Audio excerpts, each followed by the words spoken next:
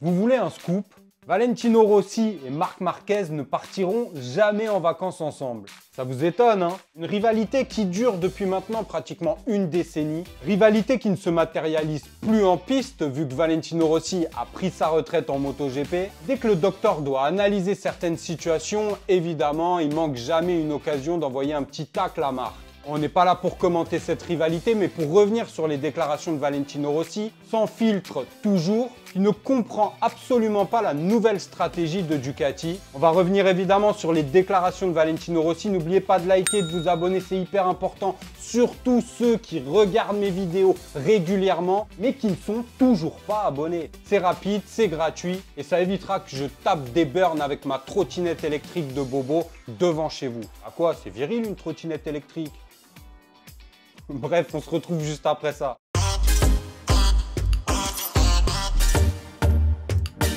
Bon, le choix de Ducati, on le connaît tous, hein. Ducati qui a choisi de prendre Marc Marquez pour son talent, mais évidemment, ce qui a pesé dans la balance, c'est aussi le côté marketing, la popularité de Marc Marquez. On va pas se leurrer, évidemment, ça a été un poids énorme dans la balance pour choisir le pilote.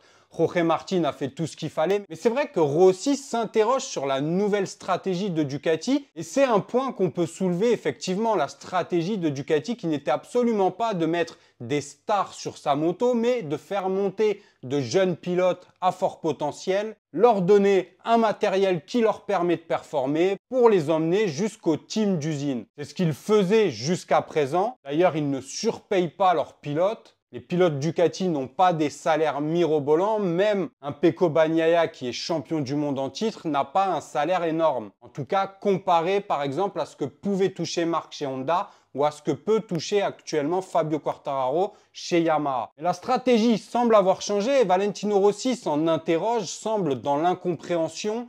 Évidemment, il adresse un petit tacle à Marc Marquez, mais bon, c'est de bonne guerre, on va pas s'en offusquer et surtout, on connaît la rivalité de Marc et de Valentino. Et vu que Valentino ne peut plus répondre sur la piste, bon, il le fait par écrit. On revient de suite sur les déclarations de Valentino Rossi. Honnêtement, je n'ai pas bien compris cette histoire de Ducati-Marc Marquez. Tout semblait jouer pour l'arrivée de Jorge Martin dans l'équipe officielle.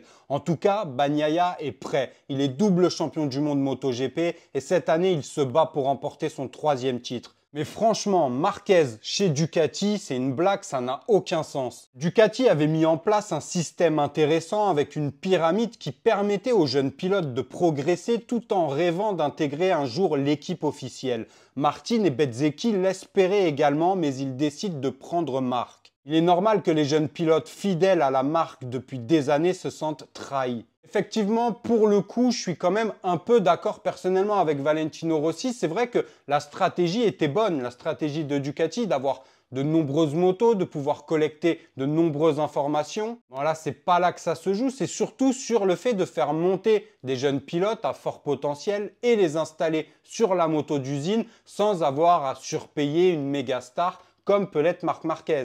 Bon après, faut pas rêver, Marc Marquez ne touchera pas ce qu'il touchait chez Honda. Mais au niveau marketing pour Ducati, c'est un bon choix, mais ça remet en question toute la stratégie qu'ils avaient fait avant. Effectivement, un Jorge Martin peut se sentir trahi, d'ailleurs il l'a dit clairement, il n'a pas compris ce choix, même si il comprend évidemment les éléments qui ont fait choisir Marc Marquez à Ducati, mais cette place lui semblait destinée. Tout était fait pour que ce soit Jorge Martin. Et d'ailleurs, il a tout fait pour ça. Il ne peut pas faire grand-chose de plus, à part avoir 8 titres de champion du monde. Mais ça va être compliqué là, sur l'instant même. Donc Rossi s'interroge de cette stratégie. Après, le fait que ce soit Marc Marquez, évidemment, ça doit chatouiller aussi Valé. Il marque le trait de façon plus prononcée dans ses propos parce que c'est Marc Marquez. Et parce qu'il va avoir comme coéquipier Pecco Bagnaia. Donc ils se sont obligés de défendre Pecco et d'adresser un petit tacle à Marc, bien que là, dans ses propos et ses déclarations, il s'en prend pas vraiment à Marc Marquez, mais à la stratégie, la nouvelle stratégie de Ducati. Et le problème, c'est que Ducati, du coup, perd ses jeunes pilotes à fort potentiel. Bon, Bezzecchi est en difficulté cette saison,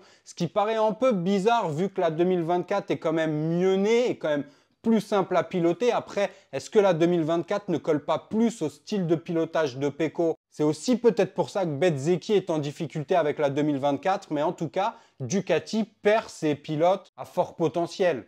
Enfin bref, donnez-moi votre avis sur la nouvelle stratégie de Ducati. Êtes-vous d'accord avec Valentino Rossi? ou pas du tout. N'oubliez surtout pas de liker la vidéo et de vous abonner encore une fois, sinon je burn avec ma trottinette électrique qui elle fait un boucan d'enfer. Croyez-moi, quand je tape des ruptures avec, je peux réveiller tout un quartier. Et surtout, une nouvelle vidéo tous les lundis, les mercredis et les vendredis, donc c'est important de suivre et de me donner de la force. Prenez soin de vous, de vos proches. À mercredi sur Vincent IGP, ciao.